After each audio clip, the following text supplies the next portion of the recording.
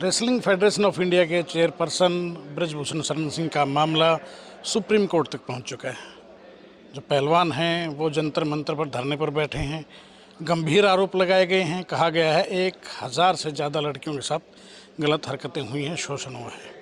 बबीता फोगाट भी इनके समर्थन में आई हैं। उन्होंने कहा कि ज़बरदस्ती साइन करवाए गए हैं।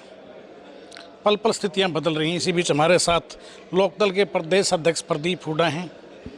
हुड्डा साहब से बात करेंगे, इनका क्या मानना है और खिलाड़ियों को इनका साथ मिलेगा या नहीं, तमाम मामलों को लेकर हुड्डा साहब से बात करेंगे। हुड्डा साहब, खिलाड़ी फिर से धरने पर बैठे हैं। बिल्कुल देवेंद्र जी, ये तो सरकार की बेशर्मी कहूँगा मैं, केंद्र सरकार की। और जबकि हरियाणा में भी कुछ दिन पहले ऐसा ही मामला सामने आया था खेल मंत्री के खिलाफ। अभी तक 3 महीने से ज़्यादा वहाँ हो गए हैं, उस महिला कोच को भी न्याय नहीं मिला है। आपको नहीं लगता कि ये लोकतंत्र की हत्या है? आज़ाद भारत में अगर हम सांस ले रहे हैं तो आज़ाद भारत में न्याय की एक प्रक्रिया होती है, न्याय मिलना चाहिए। मैं ये नहीं कहता केस क्या है, ब्रजभूषण जी ने क्या किया, कम से कम FIR तो हो। लेकिन FIR के लिए तो खिलाड़ियों को सुप्रीम कोर्ट के दरवाजे खटखटाने पड़ रहे हैं। हाँ, तभी तो मैं कह रहा हूँ आज़ाद भारत है कहाँ। एक FIR होनी चाहिए ताकि लोगों का भरोसा कायम रहे।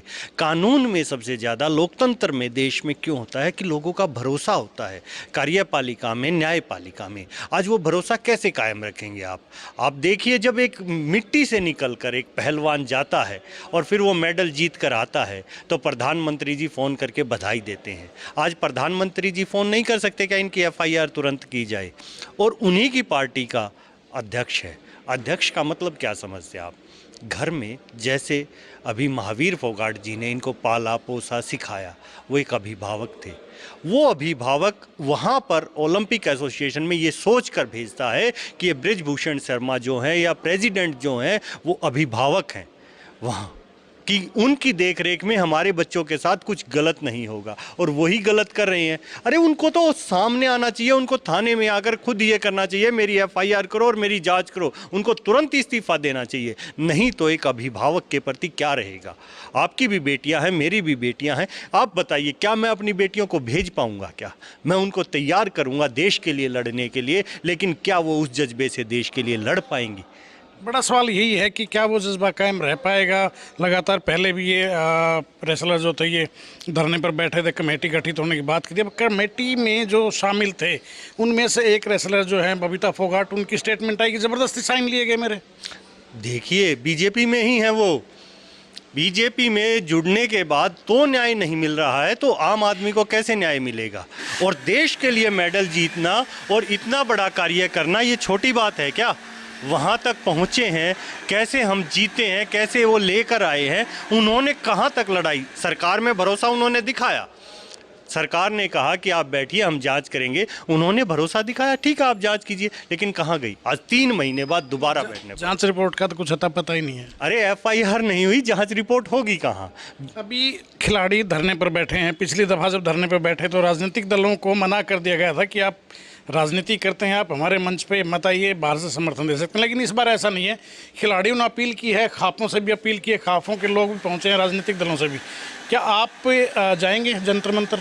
हाँ बिल्कुल जाएंगे, कल जाके भी आए हैं। हमारी तरफ से पूरा सपोर्ट है, भारतीय किसान यूनियन के लोग हैं, हमारी पार्टी के लोग कल वहाँ जाकर समर्थन दे के आए हैं। तभी तो मैं आपसे ये बात कर पा रहा हूँ कि हमने वहाँ जाकर पूछा, उनकी आंखों में जो आंसू देखे हैं वो इस देश की न्यायपालिका पे सवाल हैं, इस देश की कार्यप्रणाली पे सवाल हैं। देश की सरकार से वो सवाल पूछ रहे हैं कि देश में क्या लोकतंत्र बचा है?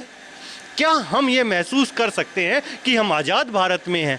आप किस पे भरोसा करेंगे? आज मुझे इस शहर में कोई धमकी देगा, मैं नहीं डरूंगा। लेकिन अगर SP मुझे ये कहेगा जी प्रदीप जी आप देश छोड़ जाइए, आपकी जान को खतरा, मैं क्या करूंगा? कहाँ सरकार जो होती है, कार्यपालिका और न्यायपालिका, ये विश्वास पैदा करने के लिए होती है। और वहाँ पर प्रेसिडेंट के ऊपर आरोप हैं, वो तो उसके मुखिया हैं, उनको तो खुद आगे इस्तीफा दे देना चाहिए। सरकार को तुरंत उनको न्याय देना चाहिए। लेकिन कुछ लोगों का एक दूसरा पक्ष ये भी निकल के आ रहा है कि खिलाड़ी हैं, खेलते क्यों नहीं, राजनीति कर रहे हैं। आपका क्या मानना है इस मामले में? क्या खिलाड़ी राजनीति कर रहे हैं या वाकई में गलत हुआ है? देखिए, गलत किसी के साथ भी हुआ हो, मैं खिलाड़ी नहीं कह रहा, आप भी, मैं भी, वो भी इस देश के नागरिक हैं और न्याय हमारा संवैधानिक अधिकार है। न्याय मांग रहे हैं, न्याय मिलना चाहिए। बाद में कुछ पॉलिटिकल पार्टीज अलग उसे ये कहें कि राजनीति कर रहे हैं, मैं उसमें नहीं जाऊंगा। बेशक वो बीजेपी में है, बीजेपी करे, लेकिन कम से कम न्याय तो हर व्यक्ति का हक है। मोदी को भी न्याय का उतना ही हक है जितना उन खिलाड़ियों का है, जितना आपका है, जितना मेरे को। अमूमन देखने को मिलता है कि आम आदमी के खिलाफ कोई कंप्लेन आती है, आपके खिलाफ, मेरे खिलाफ, तुरंत पर्चा दर्ज हो जाता है, पुलिस बड़ा प्रेशर बनाती है। लेकिन इतने बड़े लेवल पे इतने बड़े अंतर्राष्ट्रीय खिलाड़ी वो आरोप लगा रहे हैं, दिल्ली पुलिस क्यों चुप बैठी है?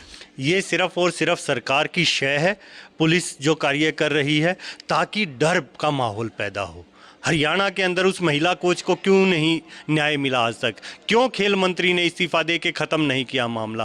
क्यों मनोहर लाल खट्टर ने उसे बर्खास्त नहीं किया? क्योंकि भय बना रहे हैं, आगे से आप आए तो जैसा हम कहें वैसा करें। आपको नहीं लगता कि आज नौकरी पाना इतना मुश्किल है? वो कोच बनी होगी कितनी मेहनत से। अगर वो ये एक डर बना रहे हैं, आगे से आप आए तो हम आपके साथ कुछ भी करें।